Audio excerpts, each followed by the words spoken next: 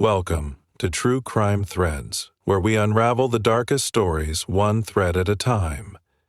Today we dive into the chilling case of Kiet, an Asian criminal who abused 206 men. A tale of manipulation, survival, and justice.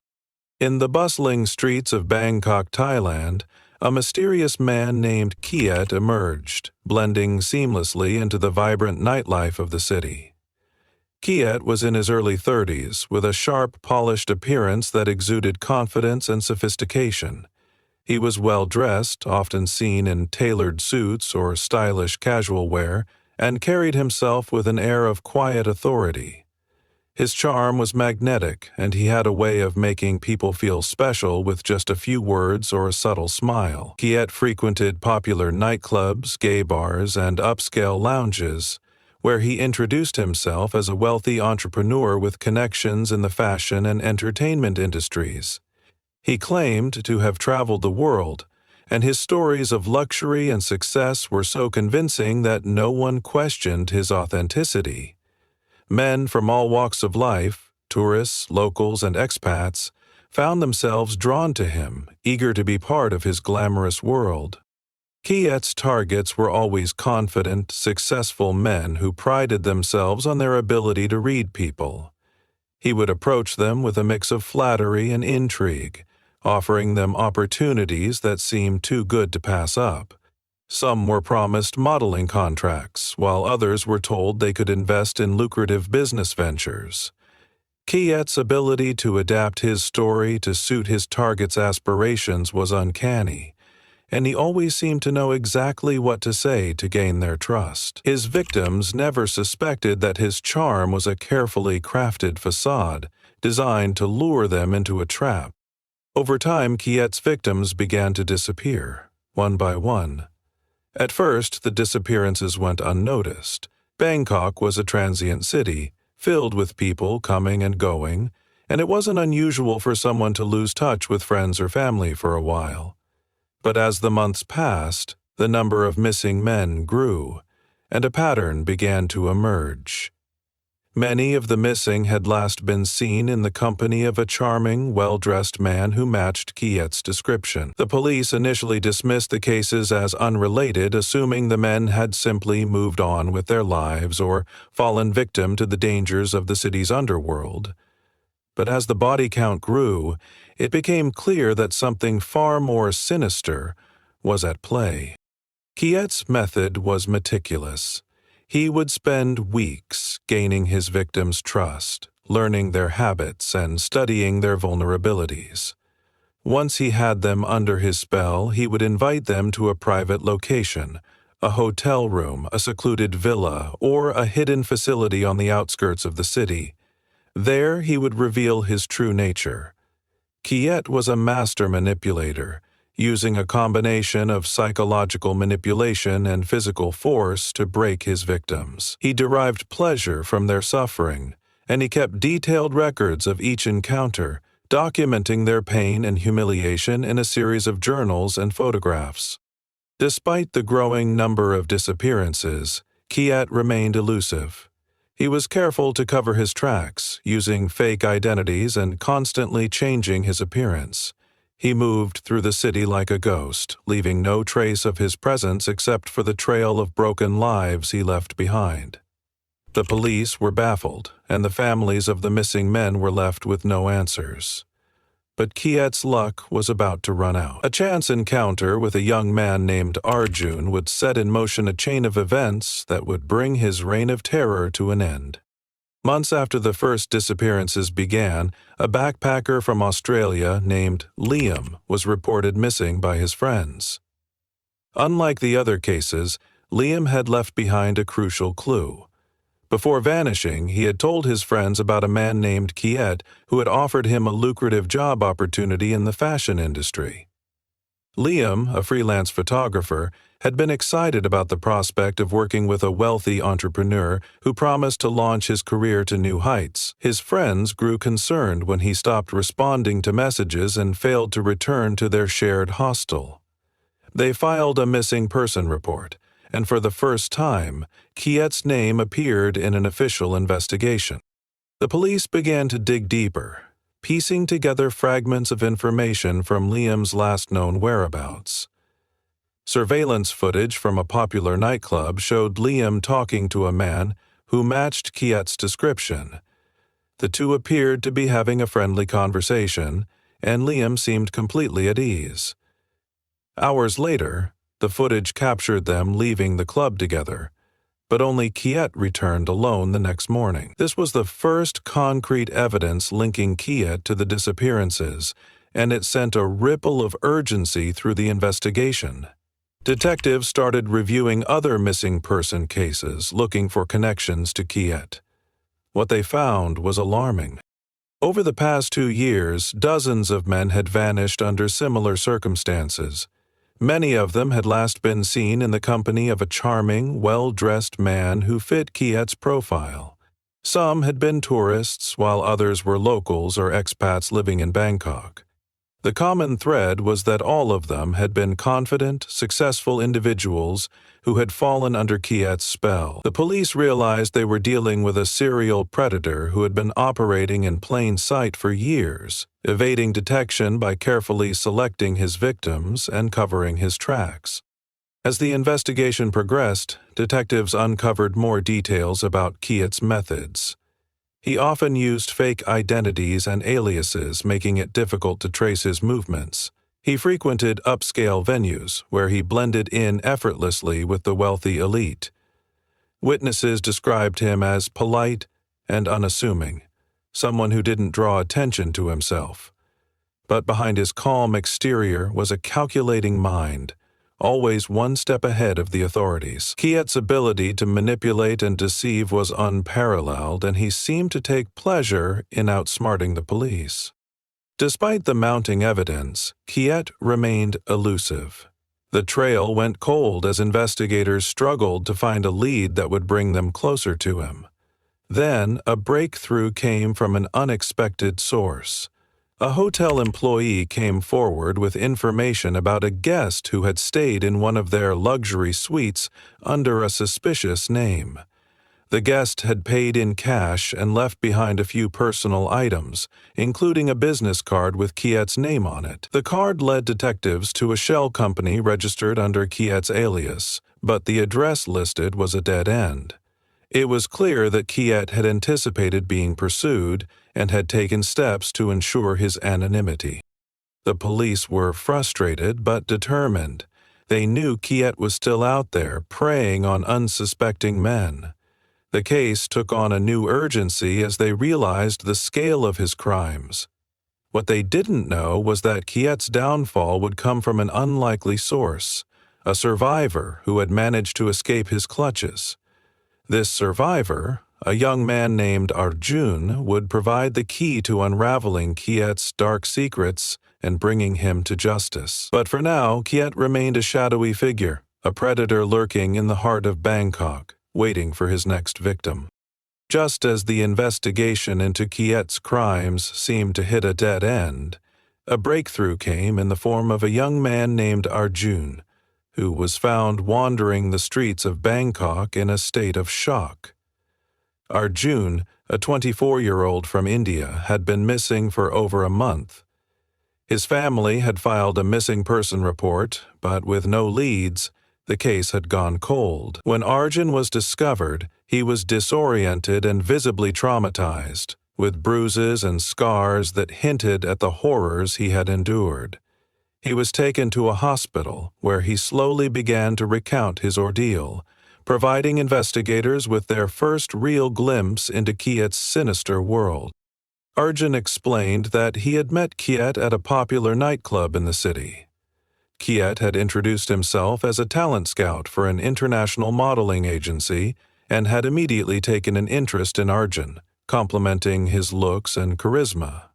Over the next few weeks, Kiet had showered Arjun with attention, taking him to expensive restaurants and introducing him to what he claimed were influential people in the fashion industry. Arjun, who had always dreamed of becoming a model, was flattered by the attention and quickly fell under Kiet's spell.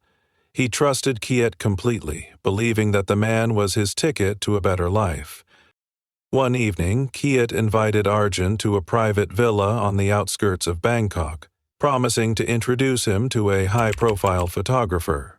Arjun, eager to seize the opportunity, agreed without hesitation. When they arrived at the villa, Kiet offered him a drink, which Arjun later realized had been drugged. He woke up in a dark, windowless room, chained to a bed. Over the next several weeks, Arjun was subjected to unimaginable abuse. Kiet visited him regularly, alternating between moments of false kindness and brutal violence. He forced Arjun to comply with his demands, using psychological manipulation to break his spirit.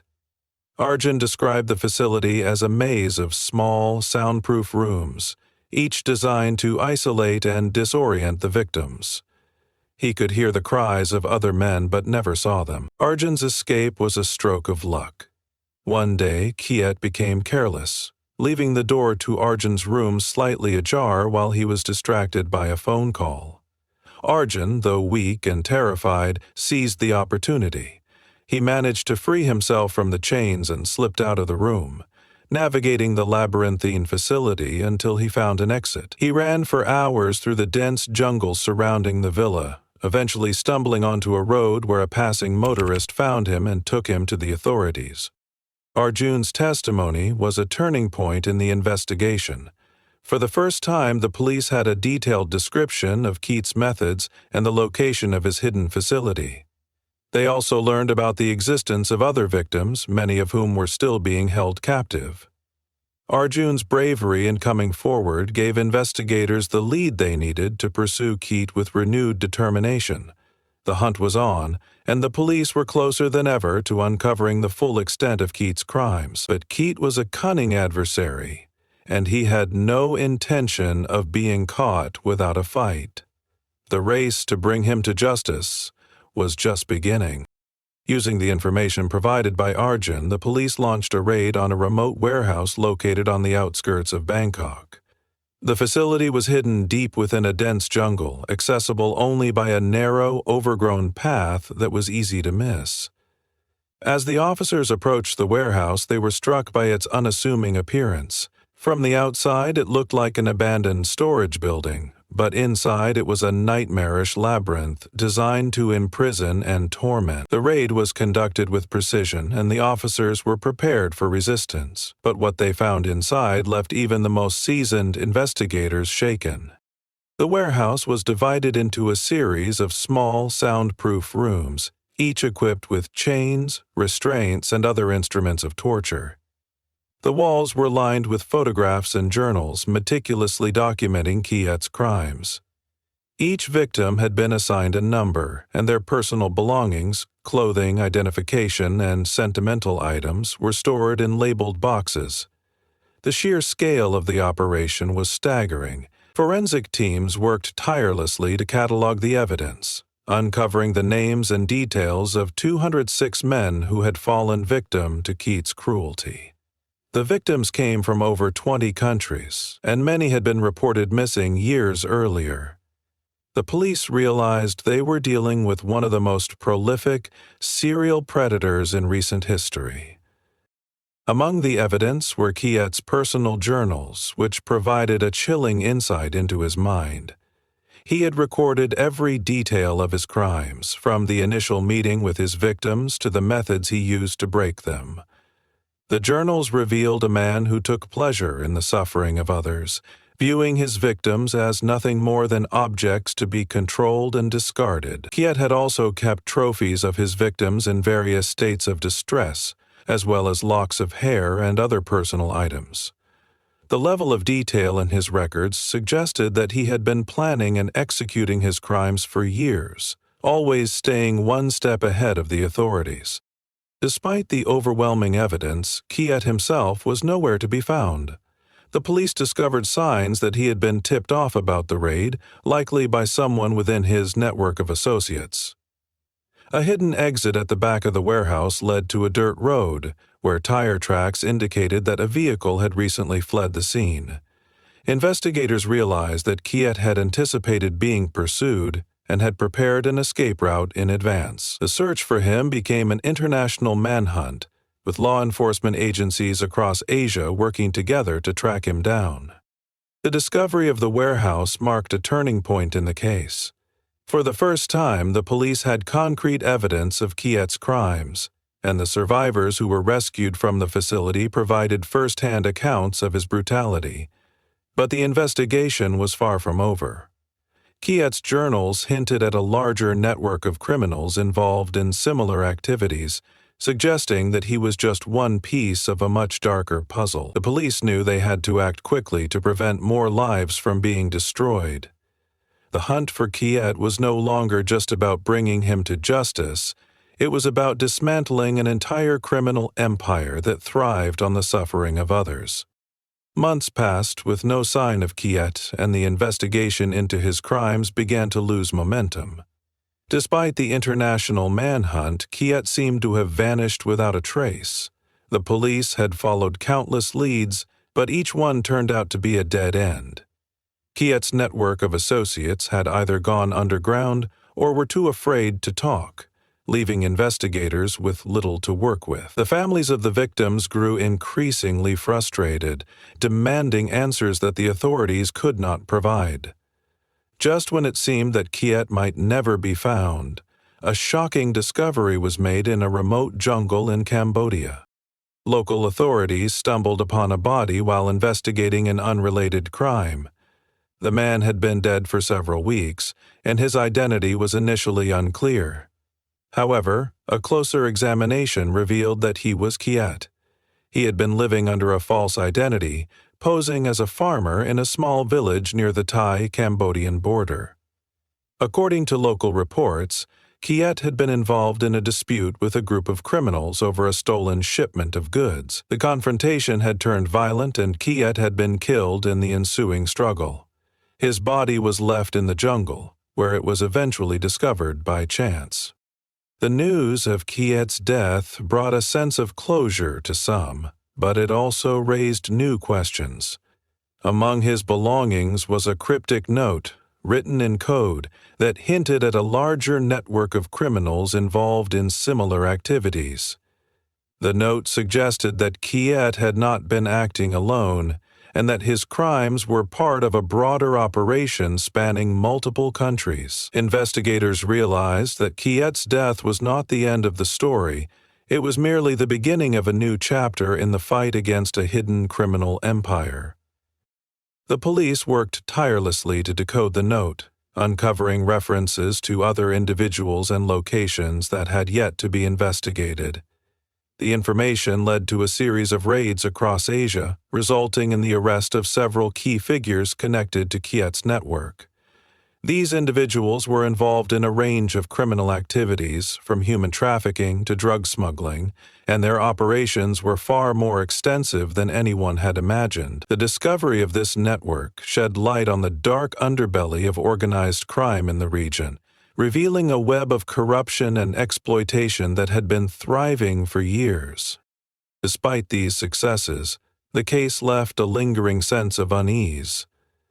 Kiet's journals and the evidence found in the warehouse painted a picture of a man who had enjoyed inflicting pain and suffering on others.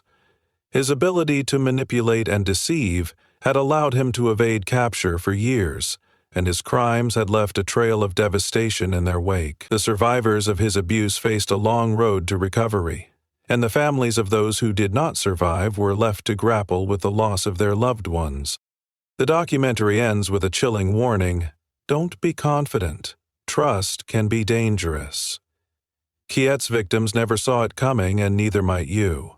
The story of Kiet serves as a stark reminder of the dangers that lurk in the shadows, waiting for the right moment to strike. While Kiet may be gone, the lessons learned from his crimes will continue to resonate, urging us to remain vigilant and cautious in a world where not everything is as it seems.